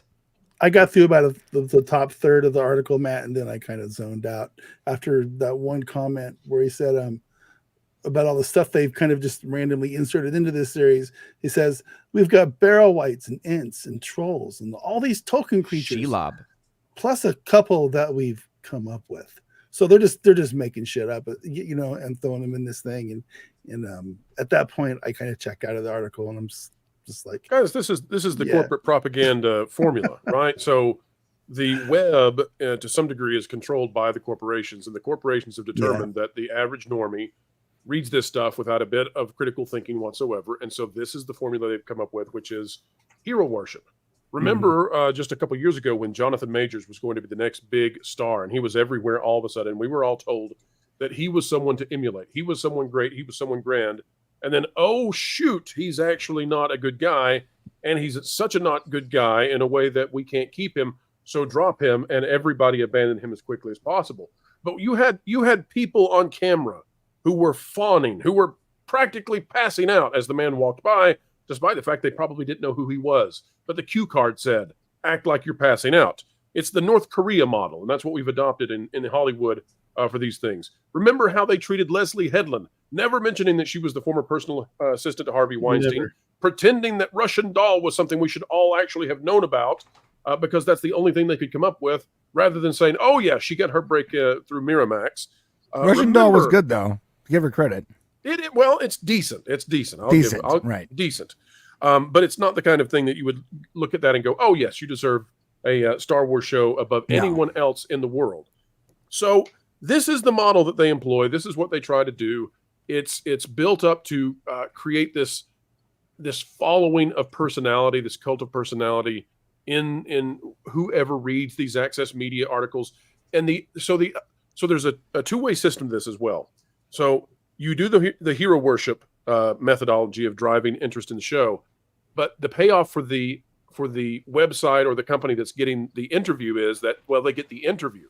So the agreement that the wink wink, nod nod, nudge nudge is, we'll give you the interview that drives the clicks that you need, and we'll deny others the opportunity to interview, and in return you're going to give us this treatment of as if the interviewee is a demigod, and you're going to present it that way, and then we both win. So if you will just become the ultimate sycophantic shill, then we will give you the actor that gets you the clicks you need to maintain your elite status.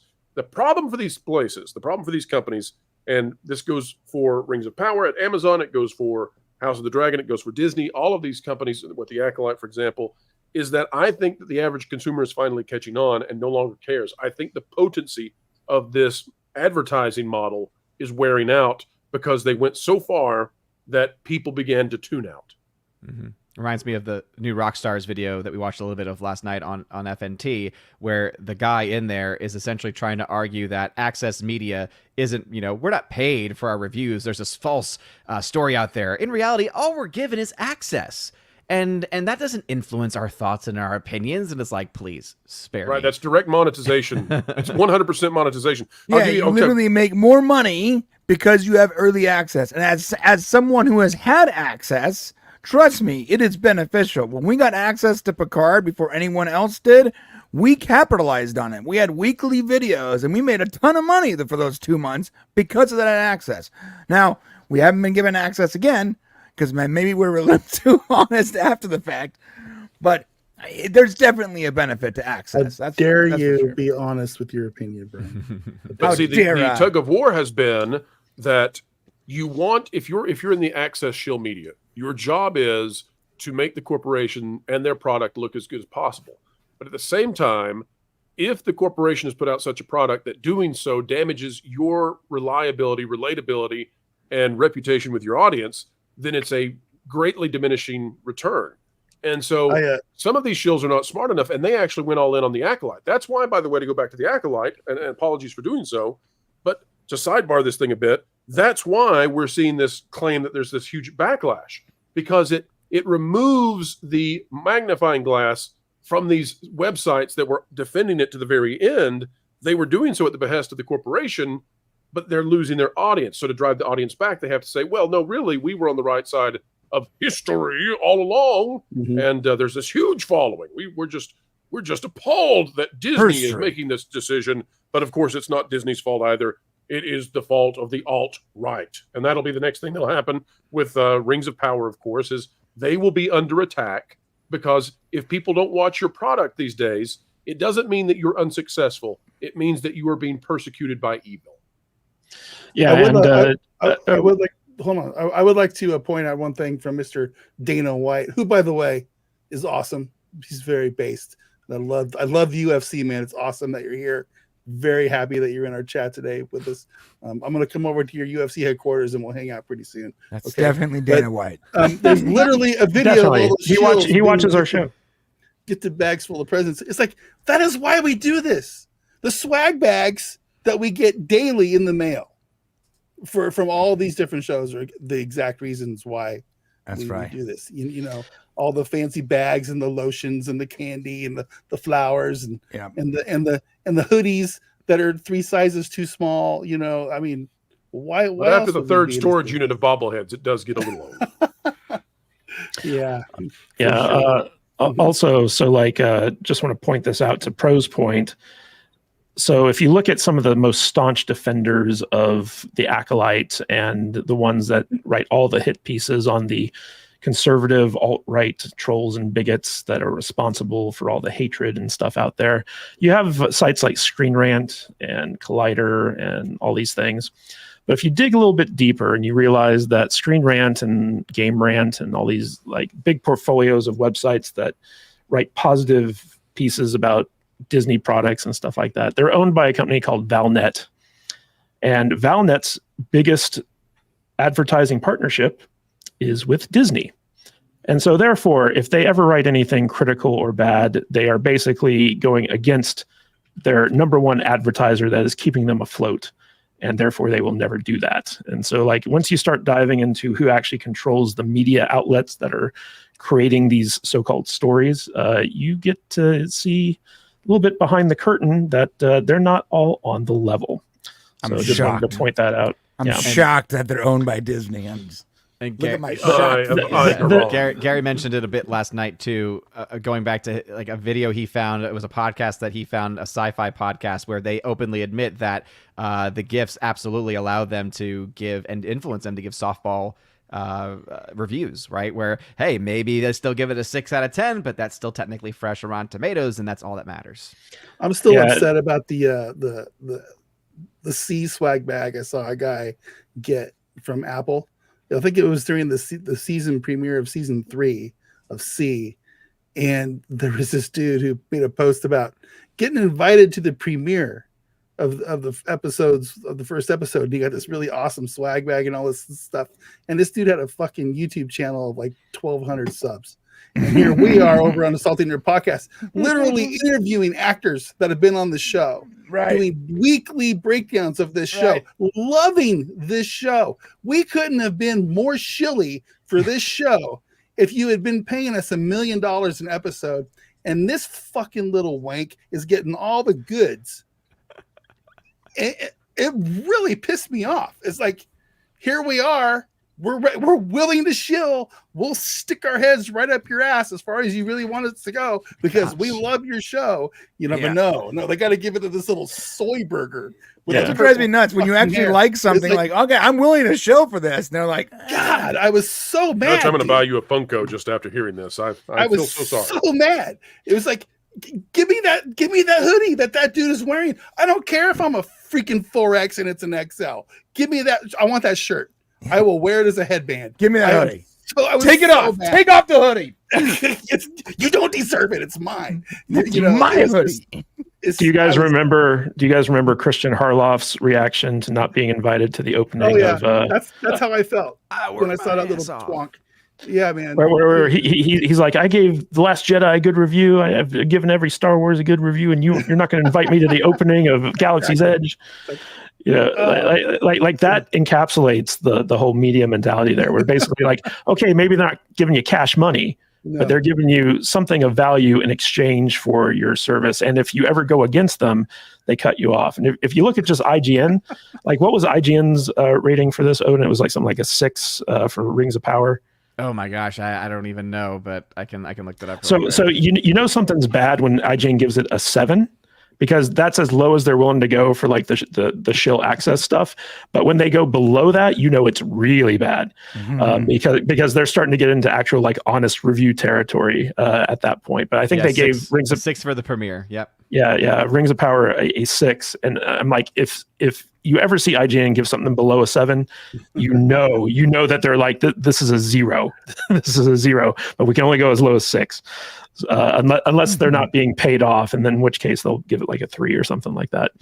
But if anyone wants to dive into Valnet Incorporated, they are the ones who own a lot of these very shilly media outlets that basically accuse everyone of being racist, sexist, bigots and review bombing stuff that they don't like. And that's all because they're not owned by Disney, but their primary income is from their strategic partnerships with Disney. So you have to be like kind of like careful about that. Yeah, that's why, honestly, like I think I've mentioned this before, I would love for movie reviewers in general, especially people in our space, to start giving or almost having to give disclosures, right? You know, you have this in the tech space, for instance, where it's a good rule of thumb, or if not, if it's a rule itself, you have to give disclosures about whether or not you've been given a product for free, or whether or not anything could potentially influence your thoughts. That's why I always have a huge respect for this guy, Lon TV, because he always at the beginning of his video says, full disclosure, I bought this with my own funds, or full disclosure, I've been sent this for free and have to send it back. Always gives like the full detail to let you know, hey, here's what it is going in before I actually give my thoughts, because then you have an idea of, okay, could this potentially influence their review? And if they're continuing to say that, it's more likely that they're being honest about it. Well, guys, full disclosure, this episode of Salty Saturday is brought to you by Fukyu Ho for $4.99. Ring of Power, precious. We haven't seen the show. No.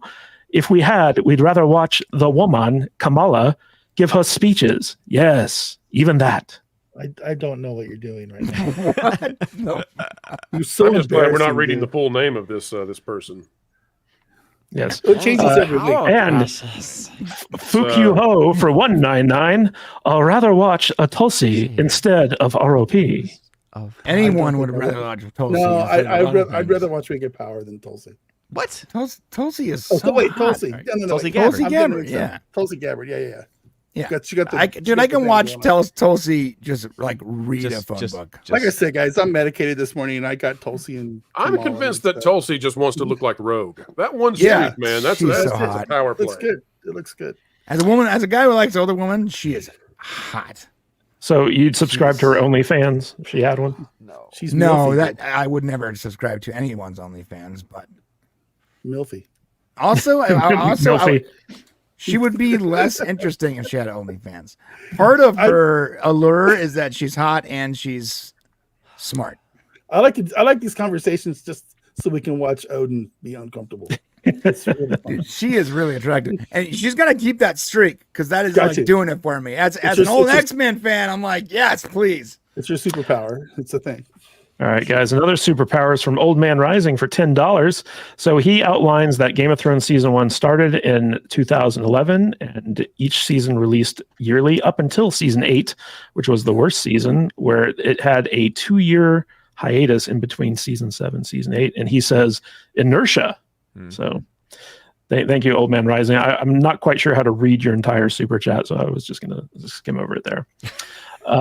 But guys, speaking of like Disney and shills and stuff like that, apparently there is no more Witch Mountain. So there was a big thing going on over on Disney Plus, where they were basically going to do a Witch Mountain reboot in the form of a TV series. Yeah, with our boy. Yeah, this had a lot of like heavy hitters in terms of the creative thing with Terry Matalas. And he was going to be like the point man on this, and they had a lot of kind of like big name supporting cast lined up, and basically at a recent fan expo in Toronto, Collider confirmed that the show is no longer happening. And since we have our Disney expert on the panel today, I wanted to get WDW Pro's take on this. Pro, do you know what's happening with the Witch Mountain series? Well, I have a source who says that they do, and I'll tell you what that source says, but I cannot substantiate it. So, folks, this is a rumor specifically. We're talking about future products and canceled products, allegedly, and all of those things can and do change. So this sounds like Disney is cutting out a property that was going to be unsuccessful, but that's actually not what I'm hearing. And Bryce Dallas Howard also may have been a little bit shocked that this was cut, except for the fact that apparently behind the scenes, according to the source I'm talking to, this is because Terry Matalas is going to be busy with other projects with Disney. And this is a prioritization issue. It's not just Vision any longer, is what the source tells me, but actually that Kevin Feige is very, what would you say, very positive on having Matalas be brought in to work with the Russo brothers on some stuff. That's cool. So That's awesome. So I think you're going to get more Matalas with Marvel. Largely, the source says that Michael Waldron was the golden boy that Kevin Feige thought was going to carry them. That has not manifested the way that they had wanted. And there's some thought inside Marvel that Waldron was actually subverted by Victoria Alonso and her crew, and that his vision for Loki did not pan out because there were people dedicated to DEI and woke issues and inserting that all throughout the first season. But Waldron largely out. Metalis perhaps going to become a key figure in going forward with Marvel. And ultimately, of course, the Trekkies lose yet again because of that, because Metalis was so good at bringing back Picard from the edge of destruction. They don't deserve him over there. Yeah, they don't. Yeah, they really don't. But does Marvel? I don't know about that either. Well, guys, speaking about Star Trek, did you know that Starfleet Academy, the TV show, has started filming officially? So over on Twitter, they did this big announcement. Here's the cast and crew, and Paul Giamatti, one of the only white guys in the show, is the bad guy, of course. Followed by Robert Picardo, who they have to use because he's a legacy member. Other than that, it's a very diverse female and POC cast that everyone, I'm sure, is excited to watch a TV show about. It's set during Discovery because 3 of those characters were already established in Discovery. Is Picardo playing the Asians holographic doctor? What's that? Picardo playing the doctor? Yeah, he's playing a holographic doctor. Okay. Go back to that screen. I'm not convinced it's diverse enough for me yet, Matt. Go back to that. Listen, where are all the Asians? Where are the Hispanics? This is not representation. All the Asians got blown up when the. This is the Hispanic right here. This is the Hispanic. Yeah, and this is the Middle Eastern, stuff. So it's like a skin tone spreadsheet checkoff. That guy's Greek, dude. Whatever. He's Mediterranean. But Brian, I wanted to get your take on this because you are our Star Trek expert on the panel. What do you know about what's going on with Starfleet Academy? We see Holly Hunter in this picture. We see a bunch of young, diverse women in this picture. We see Alex Kurtzman smiling like an idiot in this picture. So do you think that this show is actually going to, please the Star Trek fandom at all? You know what's most interesting about that picture is where is Tilly? She's not there. She's not. She's probably taking the picture. She's at the gym, dude. Dude, they're like, hey, why don't you take the picture? Just take it. We'll take one with you too, and they don't post that one. So Tilly, that character, is the one who set up the Starfleet Academy thing. I would find it very interesting if they did Starfleet Academy in that setting with that cast that they set up, because some of those characters were already established in Discovery, but they completely forego Tilly's character. That would be interesting. Well, didn't they say that she was just not there that day in the article? Or something like that. So, maybe. I don't know. I didn't read the article. All I know is that it's set far in the future during Discovery time. We all hate. I know very few people that have any interest in Discovery. That whole timeline sucks. That future timeline sucks. No one wants to see it. The only thing remotely interesting about this is that we might get story tidbits about what happened to the Doctor after the Voyager finale so many years ago. That's it. Yeah. That's all I care about. Nobody cares. Nobody cares about this show. This show's DOA. Nobody's going to watch it. Yeah. So that means it'll probably get 8 seasons of nonsense. It says in an article that Star Trek Discovery regulars Tig Notaro and Mary Wiseman are also in the cast, but not pictured. So yeah, that makes sense. Guys, the way to handle this, by the way, we have misstrategized when it comes to answering the woke DEI spreadsheets where you have to have quote unquote diversity. The correct way for us to respond to all of this is to always tell them they're not diverse enough, because there's an infinite amount of diversity that we can demand. And so we should actually fry their brains by saying, until you put 7 Inuits in that photo, we won't watch it. You bunch of ethnocentric phobes and ists. Yeah, where's your disabled representation, huh? I don't see you that. ableists. You terrible ableists. Of all these humans in this picture, how many of them are going to be covered up in like blue paint and antennas and forehead ridges too? So not enough. So bipedal supremacists. I think it's very well known that Alex Kurtzman is a conservative alt-right bigot. So it's not surprising the lack of diversity in Starfleet Academy. But I want to throw this to our kind of like more business-minded. He should give up his position to a retarded midget of skin color darker than he. So Pro and Odin, I want to throw this to you guys. So we know that Paramount is in the midst of a merger with Skydance, or a takeover by Skydance, however you want to say it. And I'm wondering how Skydance might approach Star Trek going forward, since it is like one of their primary IPs over there at Paramount. And we know that Alex Kurtzman has run that IP into the ground under his tenureship. Do you think we're going to see a shakeup at all when it comes to like the Star Trek TV shows that are being produced over there once the merger goes through?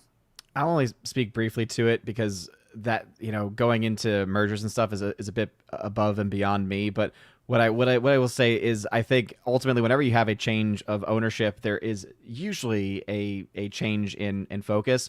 However, because I just honestly don't trust anyone in mainstream Hollywood and don't really trust anyone in charge of these studios, I just don't have very high hopes that the content that we'll get from them, even if there is a change of ownership, will be any better. Obviously, it's nice to have those hopes there, but we'll have to wait and see, I guess. What about you, Pro? Any insights into that? No, not at this time. I think it's a little bit early. Every IP has a value that it comes in with. It has a current value. It has a potential value. Star Trek has a very high potential value, but not a very, very high current value. So it all depends on, do they think they can resurrect it into something that will be highly valuable going forward? Such damage has been done to this franchise, maybe even more to it than to Star Wars. So if they do want to bring it back, I would imagine that it's one of those kinds of properties that they look at and say, there's a 30%, there's a 20% chance that we can recapture the interest of fans. But do I think that they can bring Star Trek back to what it once was? That's very unlikely. Once you knock a franchise completely out of the Pareto principle, there's no guarantee that you ever get to go back. And the problem with Star Trek is that they have damaged it such that they have actually disconnected the generations. And I'm not talking about the show. I'm talking about you've actually missed a generation of many people out there who would have been Trekkies. Now that that's been severed, you have to start all over again with the next demographic coming up, and that's rather difficult. So I think they have actually damaged it. Well, let me put it in perspective this way. Here's a way to get to where I'm trying to go with the thought. Sonic the Hedgehog will be coming with Paramount, right? The movies. All right. So if Sonic the Hedgehog is coming with those, is Sonic the Hedgehog now more potent as a franchise theatrically than Star Trek? And the answer to that is yes. So that tells you where we are, where we've seen franchises go in terms of going up and down. It's a higher, that's going to be a higher level of interest as that merger happens from Skydance to say, what can we do with Sonic the Hedgehog? Not what can we do with Star Trek? Like after looking at these photographs for this show, I'm just happy to say that I think they're bringing Tellarites back. So Brian knows what I mean when he. I don't like Tellarites, but I'm glad you. Looks like they're going to have a nice, strong presence in the future. Oh God, they're the worst. Tellarites are gross. Yeah. So. All right, what's not gross, guys, is gifted memberships. We got Bob Dorsey, who just gifted 5 Salty Nerd Podcast memberships, one of which Dutch Butters, jimmied for himself. I don't know why Dutch is getting a gifted membership. I'm not a member of my own channel, man. Yeah, now I am. exactly. Now I can see all that extra awesome goodness, all that good content that we provide. You're bogarting an entire membership from somebody who deserves it, Dutch. I don't know how Google's random number generators work, dude. So nothing I can do about that. Big shout out to Bob Dorsey for his generosity. Really appreciate that. We didn't hit our goal of 10 memberships before the end of the episode, but that's okay. We got, I believe 6, possibly 7 with the upgrade from Beard to Liberty. But Defro, yeah, sorry. Yeah, so thank you all for all the gifted memberships, all the super chats.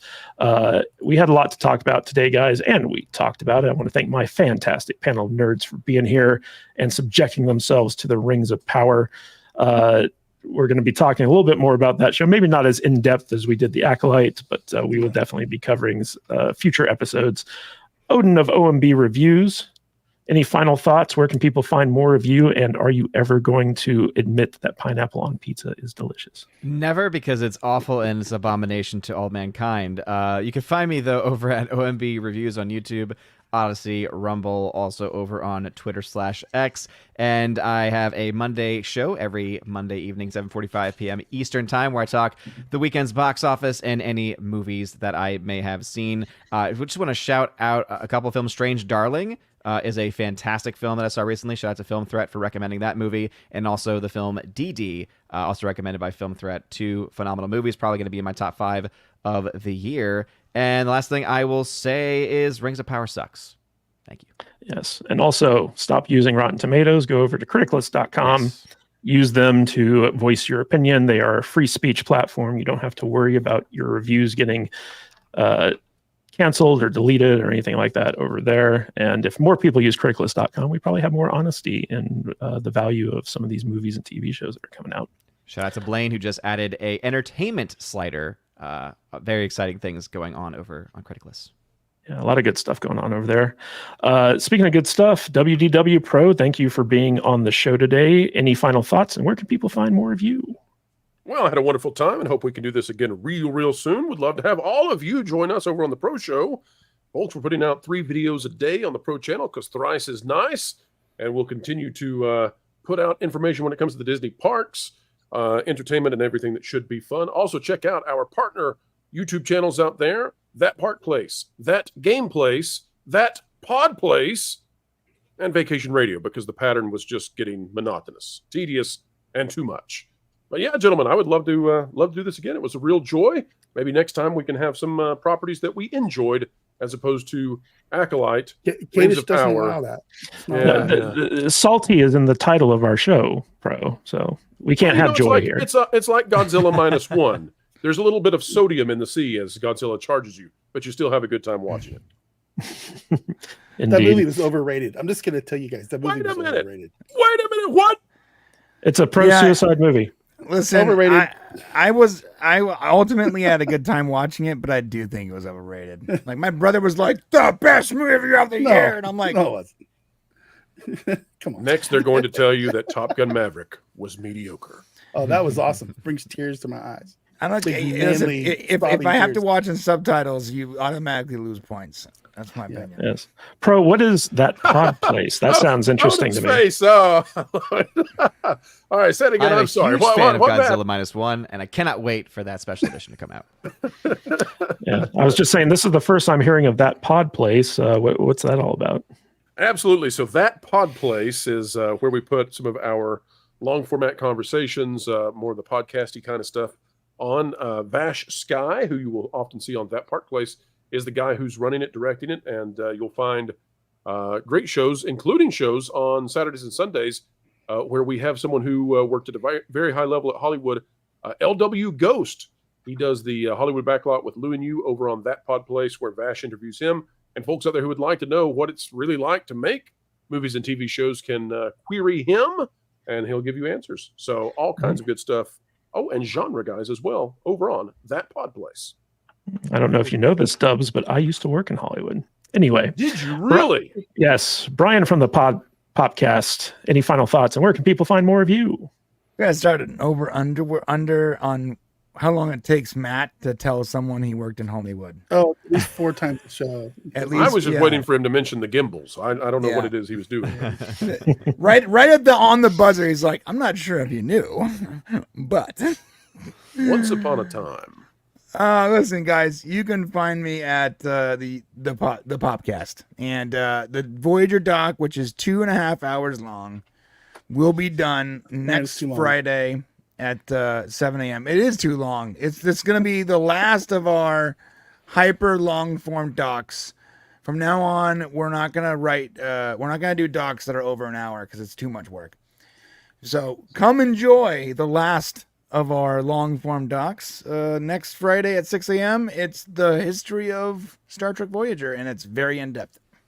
Well, you know who's looking forward to that documentary is the head of Brian's fan club, Fluffy Panda, for $5. Nice to have a real pro on here, and not just a pro from the red light district. XOXO, Brian Kissy Face. All right, now let's not make fun of Fluffy Fukyu so hard. That's not Fluffy Yes, love each Panda other. loves the Becks. You guys love each other.